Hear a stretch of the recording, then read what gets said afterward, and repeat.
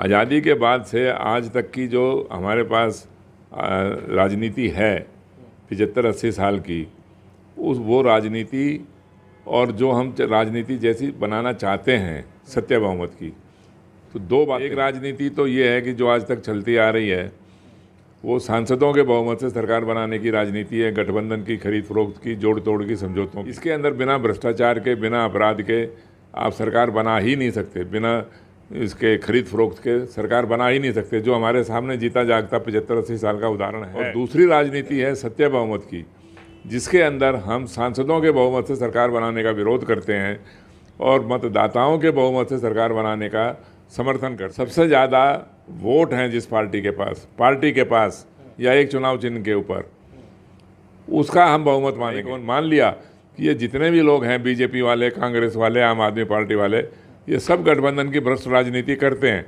लेकिन सत्य बहुमत तो नहीं करती ना। बहुमत से सरकार बनाने की राजनीति सत्य बहुमत है, जिसका चुनाव चिन्ह ब्लैक बोर्ड है। और आने वाली 25 तारीख को सत्य बहुमत पार्टी का मैं तो उम्मीदवार हूँ ही चांदनी चौक के अंदर। अभी तो एक ही उम्मीदवार है, खाली एक सीट के ऊपर आप जितवा दो, फिर आप देखना कैसे हड़कंप मचता है इस भ्रष्ट राजनीति के अंदर, पूरे देश के अंदर। अब अगर आप कुछ करोगे ही नहीं, समर्थन भी नहीं दोगे, समझोगे भी नहीं, और उसी भ्रष्ट राजनीति को वोट दोगे, उसी भ्रष्ट राजनीति की सरकार बनाओगे, और फिर अगले ही दिन से उसी भ्रष्ट राजनीति की आलोचना करोगे, ये बात तो फिर उचित नहीं है। जाएंगे सब लोगों से बात करने के लिए, ये 10 दिन 15 दिन पहले खाली उम्मीदवार बनाते हो और फिर धन बल के दम के ऊपर आप चुनाव लड़ देते हो। और देखिए, जो आप अभी बात कर रहे थे पूर्ण बहुमत की, सबसे बड़ी भ्रम और सबसे बड़ी समस्या यही बनी हुई है। आप पूर्ण बहुमत किसको बोलते हो? पूर्ण बहुमत आप तो ये बोलते हो कि भाई एक पार्टी के मान लो 300 सांसद जीत गए, आप उसको पूर्ण बहुमत बोलते हो। मैं उसको पूर्ण बहुमत नहीं मानता। मैं मानता हूँ कि जिसके पास वोट सबसे ज़्यादा हैं, चाहे मान लो 300 सांसद हैं आपके पास और वोट है 45 लाख, अब दूसरी पार्टी के पास में सांसद हैं 243 और कुल वोट है 55 लाख, तो आप पूर्ण बहुमत किसका मानो? लेकिन आज की राजनीति के अंदर जिसका कोई कानून नहीं है, इसका कोई संविधान नहीं है, ऐसे ही ज़बरदस्ती इसको बात को बना लिया कि सांसदों का बहुमत जोड़ लो और उसको पूर्ण बहुमत बोलेंगे। क्यों बोलोगे उसको पूर्ण बहुमत? कहाँ लिखा हुआ है? आप बताएं हमारे को।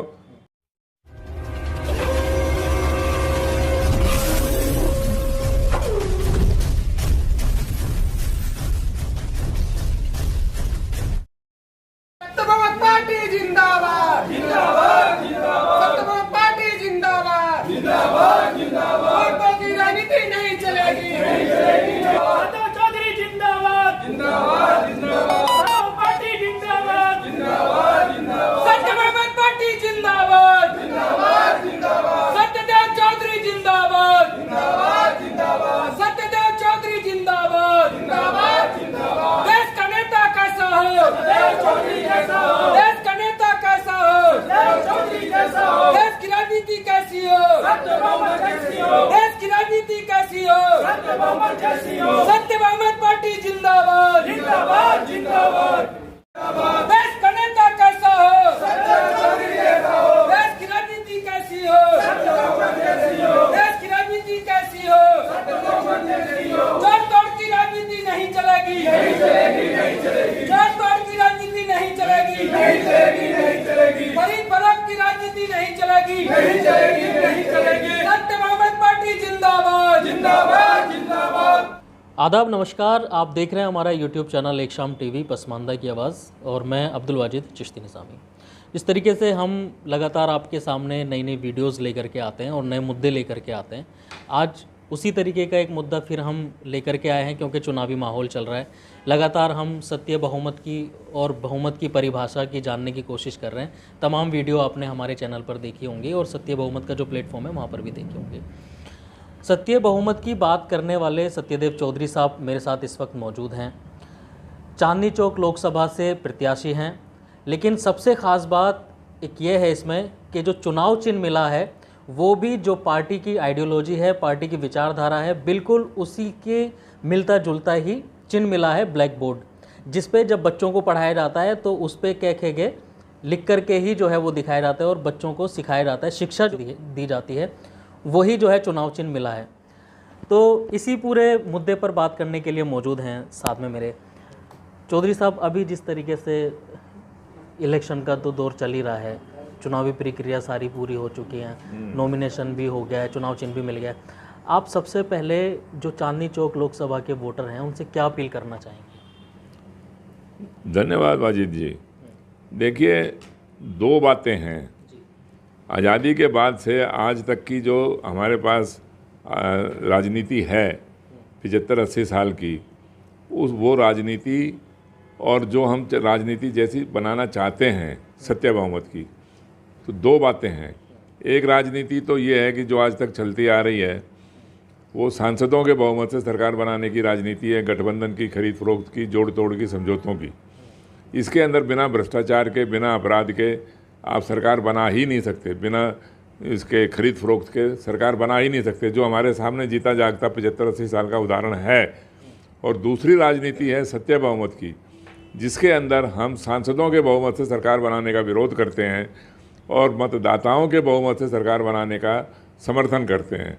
इसी आधार के ऊपर सत्य बहुमत पार्टी बनी, यानी जिसके पास सबसे ज़्यादा वोट हैं, जिस पार्टी के पास या एक चुनाव चिन्ह के ऊपर, उसका हम बहुमत मानेंगे। ये नहीं कि आपने एक किसी नेता ने बाहुबली के दम के ऊपर, धनबल के दम के ऊपर 272 सांसदों को जोड़ लिया और गठबंधन करके सरकार बना ली।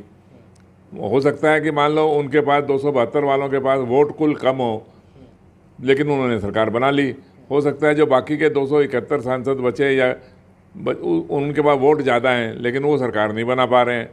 इसी आधार के ऊपर हमने एक गठबंधन मुक्त, भ्रष्टाचार मुक्त राजनीति का विचार दिया, सत्य बहुमत। और इसको आप समझकर, आप यदि गठबंधन की भ्रष्ट राजनीति को समाप्त करना चाहते हैं तो सत्य बहुमत को समझकर आप इसको वोट दो, समर्थन दो। अब तो आपके सामने विकल्प है ना। आप ये नहीं कह सकते कि और है ही कौन हमारे सामने, और है ही कौन। मान लिया कि ये जितने भी लोग हैं, बीजेपी वाले, कांग्रेस वाले, आम आदमी पार्टी वाले, ये सब गठबंधन की भ्रष्ट राजनीति करते हैं, लेकिन सत्य बहुमत तो नहीं करती ना। सत्य बहुमत की तो नई विचारधारा है, नई आइडियोलॉजी है, और ये बिल्कुल एक समाज को, देश को और मानवता को, दुनिया को बदलने की नीति है। आप इसको समझ के आप वोट दीजिए, और नहीं समझ में आ रही है तो आप बात कर लो, चर्चा कर लो हमारे से, तो हम बता देंगे आपको। बस ये वोटों के बहुमत से सरकार बनाने की राजनीति सत्य बहुमत है, जिसका चुनाव चिन्ह ब्लैक बोर्ड है। और आने वाली 25 तारीख को सत्य बहुमत पार्टी का मैं तो उम्मीदवार हूँ ही चांदनी चौक के अंदर। अभी तो एक ही उम्मीदवार है, खाली एक सीट के ऊपर आप जितवा दो, फिर आप देखना कैसे हड़कंप मचता है इस भ्रष्ट राजनीति के अंदर, पूरे देश के अंदर। अब अगर आप कुछ करोगे ही नहीं, समर्थन भी नहीं दोगे, समझोगे भी नहीं, और उसी भ्रष्ट राजनीति को वोट दोगे, उसी भ्रष्ट राजनीति की सरकार बनाओगे, और फिर अगले ही दिन से उसी भ्रष्ट राजनीति की आलोचना करोगे, ये बात तो फिर उचित नहीं है ना। ये थोड़ी मतदाताओं को भी समझना चाहिए। लीडरों को तो नहीं समझ में आती, लीडरों को तो समझ में आती ही नहीं है। उनको तो, वो तो भ्रष्टाचार में डूबे हुए हैं सारे के सारे, वो तो भ्रष्टाचार के समर्थक हैं। इसलिए उनको ये राजनीति की व्यवस्था बहुत अच्छी लगती है, आसान लगती है, जिसमें ना जिम्मेवारी है ना जवाबदेही है। अब ये मतदाताओं के बहुमत से लीडर की, सरकार की पूरी जिम्मेवारी होगी, पूरी जवाबदेही होगी। इसके अंदर तो मतदाता शक्तिशाली होंगे, ना कि नेता या उनकी पार्टियां। तो ये एक बहुत खास ज़बरदस्त अंतर है। देखिए, अभी क्या है कि किसी भी नेता की किसी भी चीज़ को लेकर के कोई जिम्मेवारी नहीं होती, लेकिन अब इसमें जनता की सबसे बड़ी जिम्मेदारी बनती है कि वो इस राजनीतिक व्यवस्था को समझें।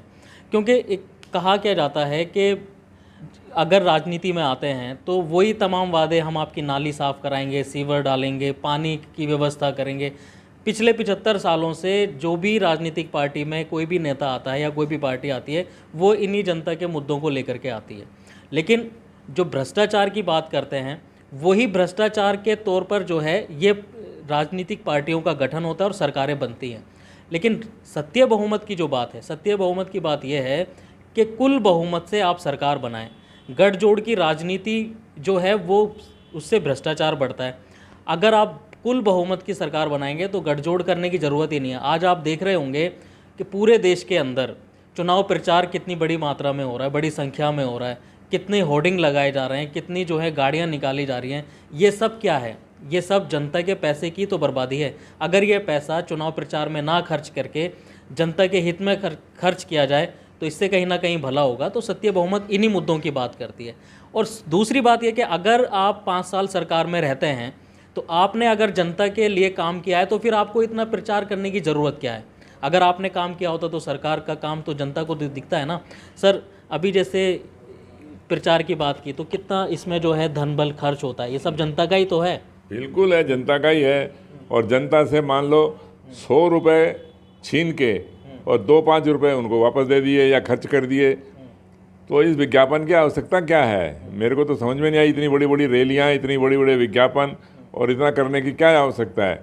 इससे तो अच्छा आप अपने 4 साल 5 साल पहले ही अपने उम्मीदवार बना दो और वो अपना जाएंगे सब लोगों से बात करने के लिए। ये 10 दिन 15 दिन पहले खाली उम्मीदवार बनाते हो और फिर धन बल के दम के ऊपर आप चुनाव लड़ देते हो। और देखिए, जो आप अभी बात कर रहे थे पूर्ण बहुमत की, सबसे बड़ी भ्रम और सबसे बड़ी समस्या यही बनी हुई है। आप पूर्ण बहुमत किसको बोलते हो? पूर्ण बहुमत आप तो ये बोलते हो कि भाई एक पार्टी के मान लो 300 सांसद जीत गए, आप उसको पूर्ण बहुमत बोलते हो। मैं उसको पूर्ण बहुमत नहीं मानता। मैं मानता हूँ कि जिसके पास वोट सबसे ज़्यादा हैं, चाहे मान लो 300 सांसद हैं आपके पास और वोट है 45 लाख, अब दूसरी पार्टी के पास में सांसद हैं 243 और कुल वोट है 55 लाख, तो आप पूर्ण बहुमत किसका मानोगे? आप मेरे को बताएं। उसी का मानोगे ना जिसके पास वोट ज़्यादा है। लोकतंत्र के अंदर तो जिसके वोट ज़्यादा है उसका बहुमत मानना चाहिए। लेकिन आज की राजनीति के अंदर जिसका कोई कानून नहीं है, इसका कोई संविधान नहीं है, ऐसे ही ज़बरदस्ती इसको बात को बना लिया कि सांसदों का बहुमत जोड़ लो और उसको पूर्ण बहुमत बोलेंगे। क्यों बोलोगे उसको पूर्ण बहुमत? कहाँ लिखा हुआ है? आप बताएं हमारे को। तो हम वोटों के बहुमत को पूर्ण बहुमत बोलते हैं और पूर्ण बहुमत हम बोलते ही नहीं। पूर्ण बहुमत या बहुमत हम कह रहे हैं भाई जिसके पास सबसे ज़्यादा वोट हैं, जैसे वो सांसद जीता, उसी प्रकार जिस पार्टी के पास सबसे ज़्यादा वोट है पूरे देश के अंदर अन्य पार्टियों की तुलना में, उसका बहुमत मानो और उसको सरकार बनाने का अधिकार दीजिए। तो जिससे कि ये सारा भ्रष्टाचार से, अपराध से, बीमारी, बेरोजगारी से पीछा छूटे।